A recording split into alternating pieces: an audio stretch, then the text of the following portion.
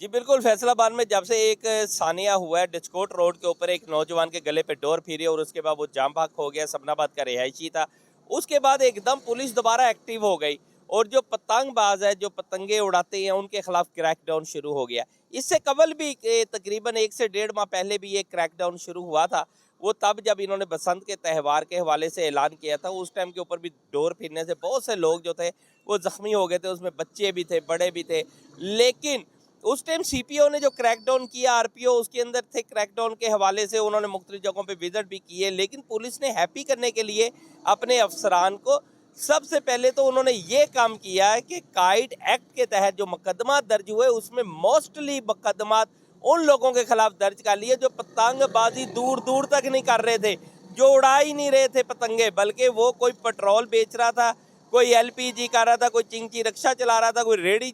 लेके जा रहा था, कोई छाबड़ी लगा के अपने बच्चों का रोजगार कमा रहा था। ये उन लोगों को इन्होंने जबरदस्ती पकड़ा और उनके खिलाफ मुकदमा दर्ज किए। डोर भी अपने पास से डाल ली, पतंगे भी अपने पास से डाल के सिर्फ क्या था कि लिस्ट बनाई कि जी हमने 250 अफराद के खिलाफ मुकदमा दर्ज कर लिया, हमने 200 के खिलाफ कर लिया। हर थाना अपनी सिर्फ अफसरान ने बाला को हैप्पी करने के लिए ज़्यादा से ज़्यादा ऐसे लोगों के खिलाफ मुकदमे दर्ज करके, जिसकी वजह से ये क्रैकडाउन मुकम्मल फेल हो गया और इतनी बुरी तरह फेल हुआ कि एक नौजवान की जान चले गई। उसका क्या कसूर था? जिस बच्चे की जान गई है, वो नौजवान 22 साल, उस वालदैन के ऊपर क्या गुजरी होगी, उसके घर वालों के ऊपर क्या गुजरी होगी। अब फिर दोबारा क्रैकडाउन शुरू हुआ एक दफ़ा फिर पुलिस वालों ने जनाब 150 से ज़ायद अफराद को गिरफ्तार भी कर लिया, 17 जो फैक्ट्रियाँ वो पकड़ ली है। लेकिन मेरी इतला के मुताबिक अगर मुझ जैसे बंदे के पास ये इतला है कि जी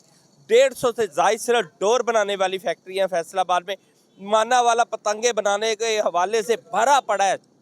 हर दूसरे घर में पतंगे तैयार होती हैं। फैसलाबाद में रजाबाद, मदनपुरा, गुलामाबाद ये वो इलाके हैं कूके वाला कि जहां डोर तैयार होती है, जहां मशीनें लोगों के घरों में लगी हुई हैं। लेकिन अब भी क्रैकडाउन के हवाले से पुलिस ने सिर्फ 17 फैक्ट्रियां पकड़ी हैं और तकरीबन 1.5 लाख के करीब पतंगे पकड़ के बहुत बड़ा मार्का शो कर रही है। लेकिन ये सीपीओ को खुद होश के नाखून लेने पड़ेंगे, क्योंकि जब तक सीपीओ इन एसएचओस के ऊपर सख्ती नहीं करेंगे तब तक ये क्रैकडाउन नाकाम रहेगा। अभी भी नाकाम है, इसलिए कि ना तो मुकम्मल फैक्ट्रियां पकड़ी गई, ना मशीनें जब्त हुई है और ना वो मुकम्मल घर पकड़े गए हैं जिनके अंदर इस टाइम पतंगे जो है वो तैयार हो रही है। जब तक सीपीओ और आरपीओ से सीरियस नहीं लेंगे तब तक ये हालात यूं के तू ही रहेंगे और इसी तरह नौजवान जो है वो डोर से जख्मी भी होते रहेंगे और जाम भाग भी होते रहेंगे और लोग इसी तरह ही फिर दोबारा चीखो पकार करते रहेंगे, फिर क्रैकडाउन होते रहेंगे, फिर लोगों की पकड़ धकड़ होगी और ये सिलसिला